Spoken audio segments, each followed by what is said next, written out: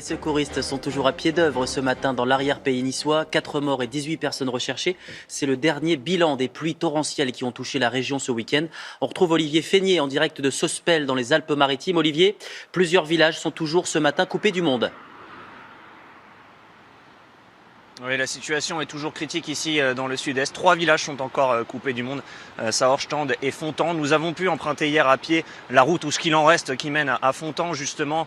Et les dégâts sont considérables, la chaussée est défoncée. Les ponts sont détruits et des tonnes de branchages s'amoncellent par endroits. Résultat, les secours procèdent aux évacuations d'habitants par hélicoptère. 471 personnes évacuées par ce moyen aérien jusqu'à présent. L'armée elle est venue en renfort pour aider à évacuer les routes. Et dans les villages isolés, le moral est évidemment au plus bas, même s'il y a de l'entraide, de la solidarité entre les habitants. À Fontan, on a même rallumé l'ancien four à bois pour faire du pain, mais 72 heures après ces crues destructrices, les habitants ont du mal à entrevoir la fin de ce long cauchemar. Merci beaucoup Olivier.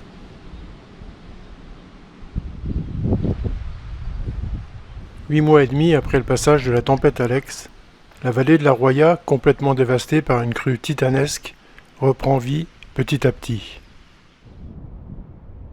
La Bendola, affluent qui rejoint la Roya au pied du village perché de Saorge, a-t-elle également été autant impactée ? Nous serons les premiers à faire sa descente depuis la tempête. Dans quelle mesure la configuration du canyon a-t-elle changé ? Les amarrages en haut des cascades ont-ils résisté aux tonnes d'eau, de rochers et de troncs d'arbres qui ont dévalé tout le long des 16 km du vallon ? Il y a certainement eu des glissements de terrain. Des barrages de troncs ont dû obstruer les rétrécissements du canyon. Beaucoup de questions en définitive, mais nous ne tarderons pas à être fixés. Le bas de la rivière, en tout cas, ne semble pas avoir beaucoup souffert et accueille toujours les amateurs d'eau claire et de soleil. Nous montons sur le nouveau parking qu'a fait aménager la municipalité de Saorge, et nous pensions y laisser les véhicules le temps que nous serons dans la Bendola, comme j'avais l'habitude de le faire les années précédentes. Quelle ne fut pas notre surprise de voir à l'entrée un panneau interdisant l'accès aux camping-cars et autres véhicules aménagés. Décidément, la nouvelle municipalité n'a pas le sens de l'hospitalité. Pourtant, dans les médias, on entend et on lit que tout est fait pour que les touristes reviennent dans la vallée. Étrange. Bon, on préparera les sacs ici et on garera les véhicules en bas, au bord de la Roya, si ce n'est pas encore interdit.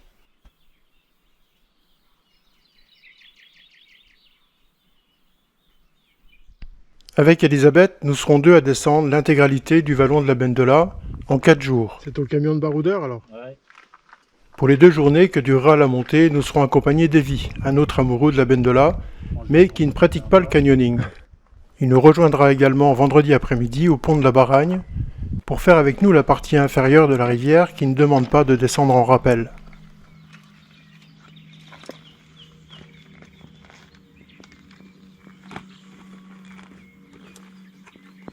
La préparation des sacs va nous prendre un moment, car il ne faut rien oublier. Pas de place pour le superflu, encore que cette notion de superflu est propre à chacun. La place disponible est limitée aux sacs. Il faudra donc faire des choix.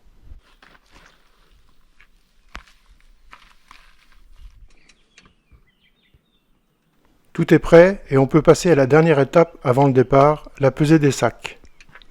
Le mien fera un peu plus de 25 kg, c'est moins que ce que j'ai déjà dû porter certaines années, mais c'est déjà bien suffisant. Voilà donc 21 kg avec 1 litre d'eau rajouté. Bah, c'est pas mal, hein. Voilà. On s'en deck. 26 kilos pas passé ? 26 kg ? Non. Ah ouais. Ah non, attends. Ah non, je suis en envers là. 15 kg. 15 kilos, allez. Ah ouais, là, putain, il y a un problème. Ah non, bah, écoute, c'est déjà pas mal, hein. Ouais, Donc. c'est suffisant. Ouais, là, c'est bon. Oh la vache.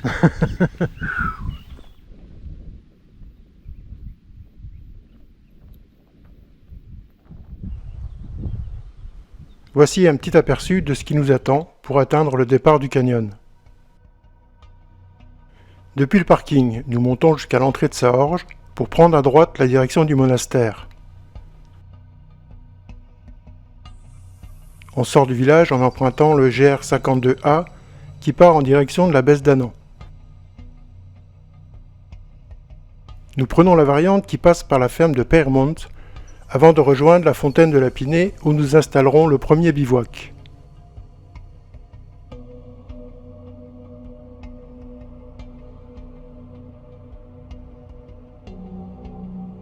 Le lendemain, nous reprenons le GR pour une longue montée.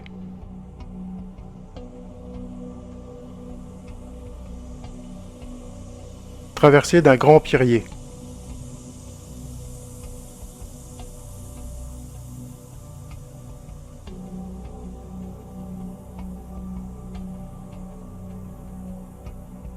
Après avoir franchi une haute barre rocheuse, nous atteignons le replat où reposent les ruines de la bergerie d'Annan. Pause déjeuner et remplissage des gourdes au dernier point d'eau avant de reprendre la montée jusqu'à la baisse d'Annan à 1555 mètres d'altitude. À partir de là, le parcours se corse. Nous quittons le GR confortable pour attaquer de front la forte pente de la cime d'Annan. À partir de là, plus de sentiers visibles.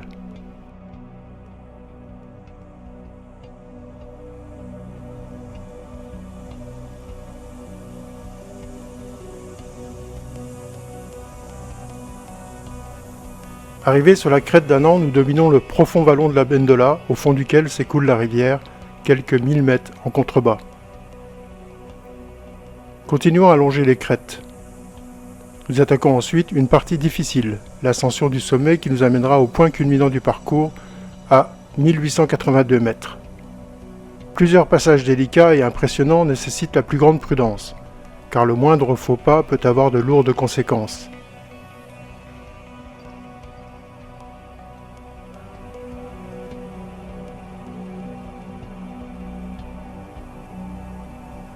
Peu après le sommet, il nous faut quitter la ligne de crête pour longer les pentes de la pointe de Lugo.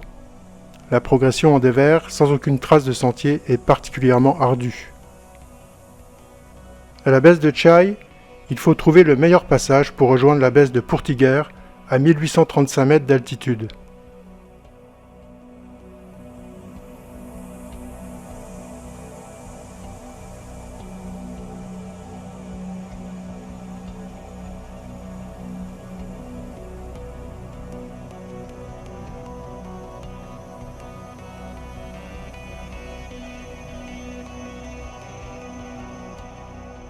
Avant d'arriver au ruisseau de Marta, lieu du second bivouac, un long tronçon reste à parcourir le long des pentes abruptes du balcon de Marta.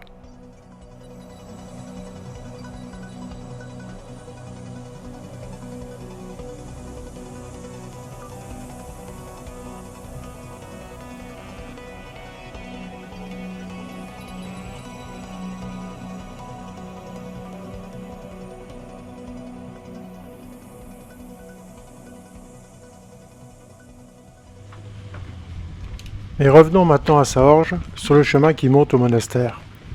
Nous sommes frais comme des gardons, alors profitons-en, car il y a fort à parier que ça ne durera pas. Petit arrêt au monastère pour se désaltérer. J'en profite pour une fois qu'il y a quelque chose de gratos. Pas tous les jours ça arrive. On peut remettre son tir bien.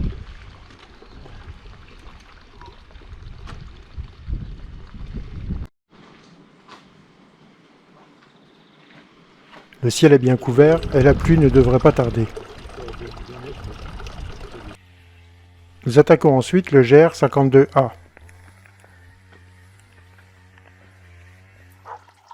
Arrivé à la fontaine, nous prenons la variante qui passe par Peyrmont.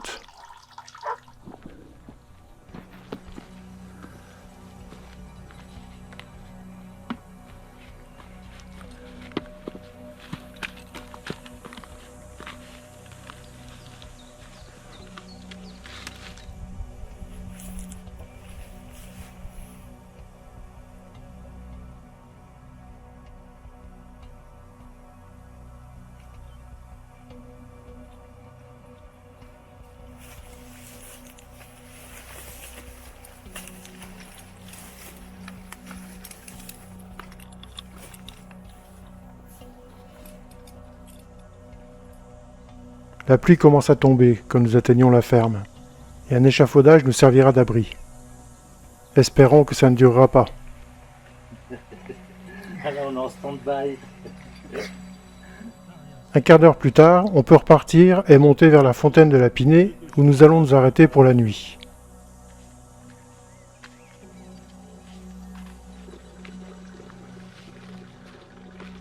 Nous y arrivons peu de temps après.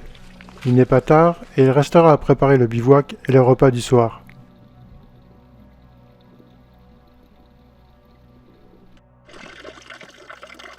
Petite journée aujourd'hui. Un peu plus de 3 km et 400 mètres de dénivelé seulement. Mais demain, ça ne sera pas la même histoire.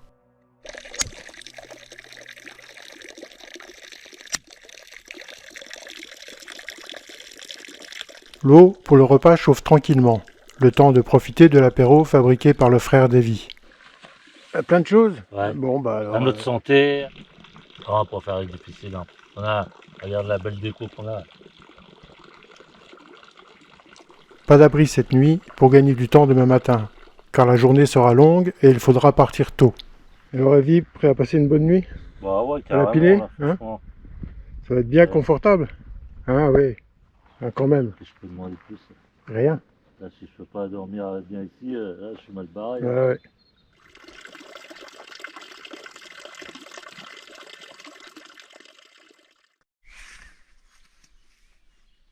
Pas de pluie cette nuit, fort heureusement. Mais le jour s'est levé tard, car le ciel est bien couvert.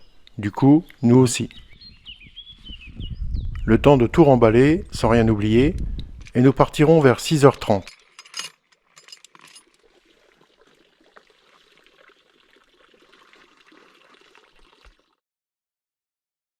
Nous reprenons le GR pour une longue montée, avec comme première étape la bergerie d'Annan.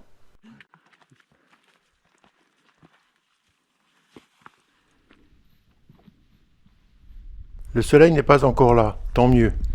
La température est agréable pour marcher. Il est préférable de s'économiser, car la journée sera longue, et il faudra des réserves d'énergie pour franchir les parties difficiles après la baisse d'Annan.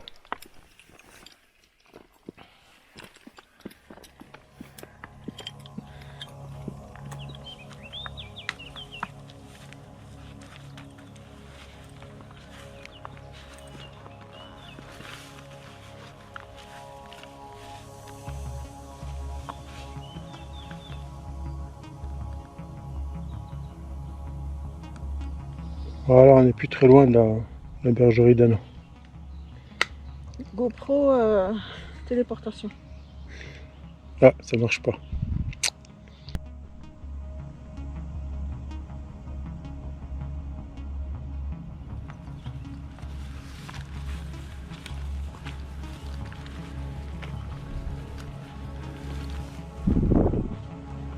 Ça y est, on est en haut. On est en haut, ça y est.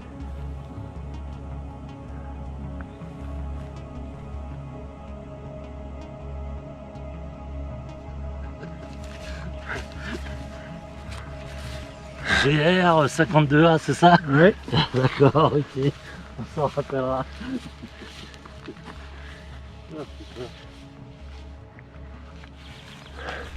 Nous arrivons enfin en haut de cette montée bien soutenue. Un petit replat bien agréable dans l'herbe humide au milieu des fleurs. Nous arrivons à la bergerie d'Annan. On aurait presque envie de se C'est plonger dans l'herbe. Ouais. Ah, c'est sympa là.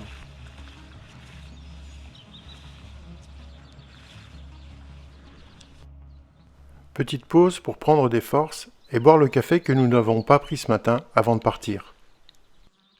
Spécialité. Attends, j'ai des coups de luxe maintenant. C'est quoi, rillettes de canard? Ouais, carrément. Enough. Oh. Ah oui, oui, attention.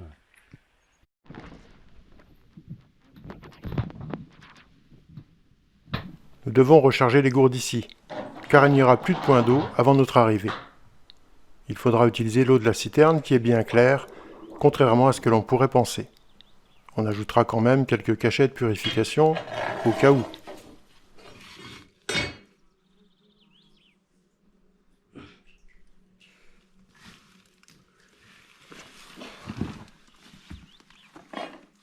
Et voilà.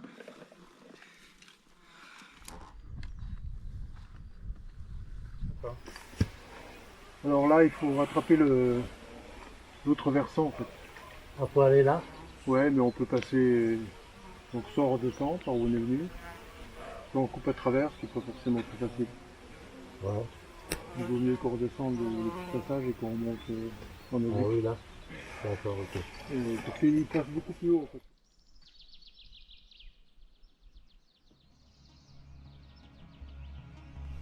C'est toujours difficile de repartir après un arrêt. On avait oublié le poids du sac. Mais il a vite fait de se rappeler à notre bon souvenir, le bougre. Nous montons tranquillement jusqu'à la baisse d'Annan. Le soleil est là, mais il est encore tôt et nous sommes quand même à 1500 mètres d'altitude. Donc il ne fait pas très chaud.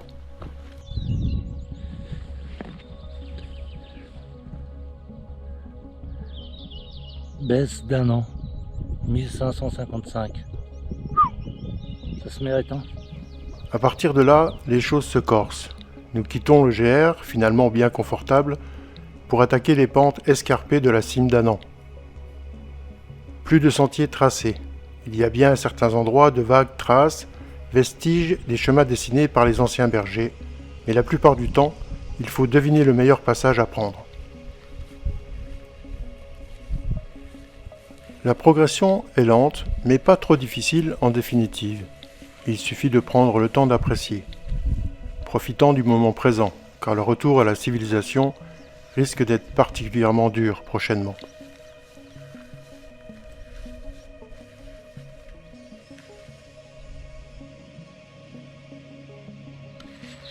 Donc quand on va le sommet, on est content quand même.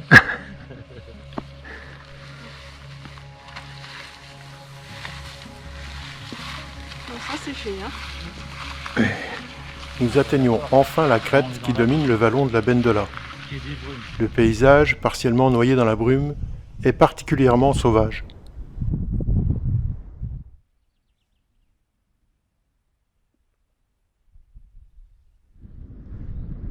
« 100% authentique. »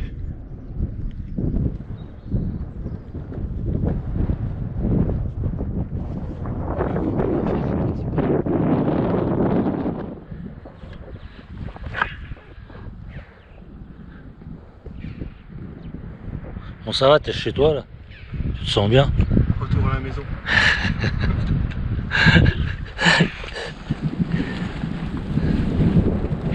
Après un an de vacances. Ouais.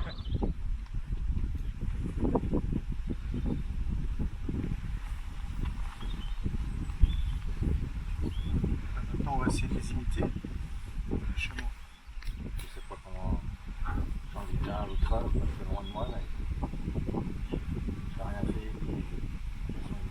Enfin, il m'a pas vu, mais il a 103 ans, c'est pas.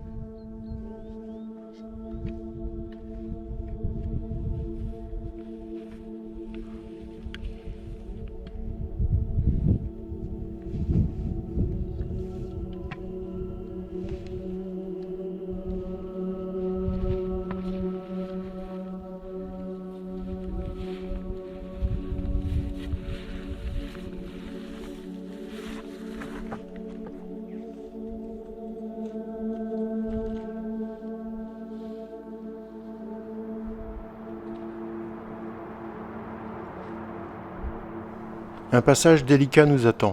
Une escalade impressionnante nous permettra d'accéder au sommet. En 2016, j'ai préféré la contourner, mais ce n'était pas la meilleure chose à faire car la suite s'est avérée très difficile et dangereuse. Donc, pas question de renouveler l'expérience, même si mon choix ne fait pas l'unanimité. Finalement, ça se monte sans problème et la suite sera plus tranquille. Nous devons quitter la crête pour longer les pentes de la pointe de Lugo en gardant la même altitude, jusqu'à rejoindre la baisse de Chai.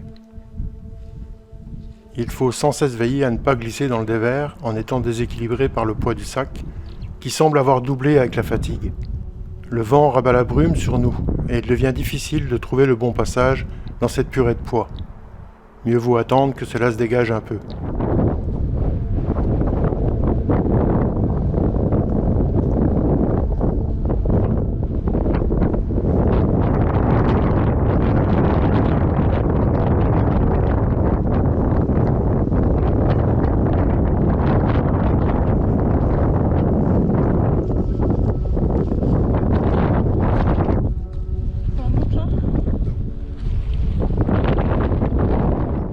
Passé la baisse de Chai, nous atteignons la baisse de Pourtiguère et après un court arrêt à l'abri du vent, nous attaquons la dernière partie le long des pentes du balcon de Marta. Ici, l'ancienne trace est un peu plus marquée, si on regarde bien.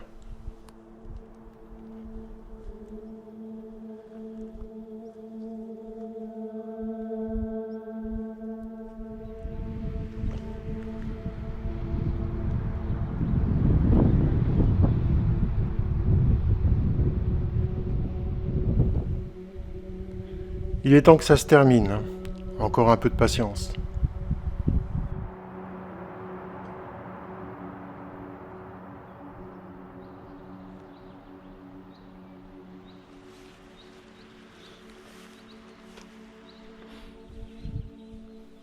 Une dernière descente délicate et nous aurons enfin les pieds dans l'eau.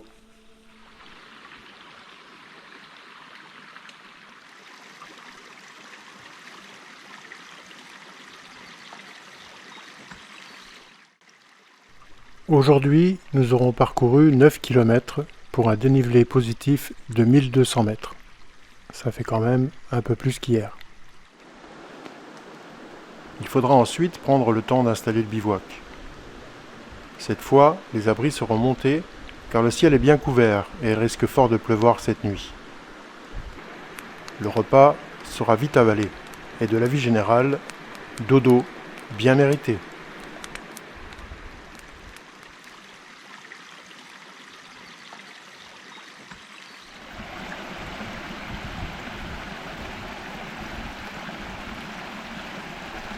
Et dis, parle-nous un petit peu de ta randonnée alors.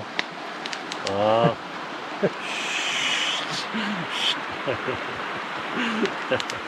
Voilà, je crois que c'est tout. C'est tout?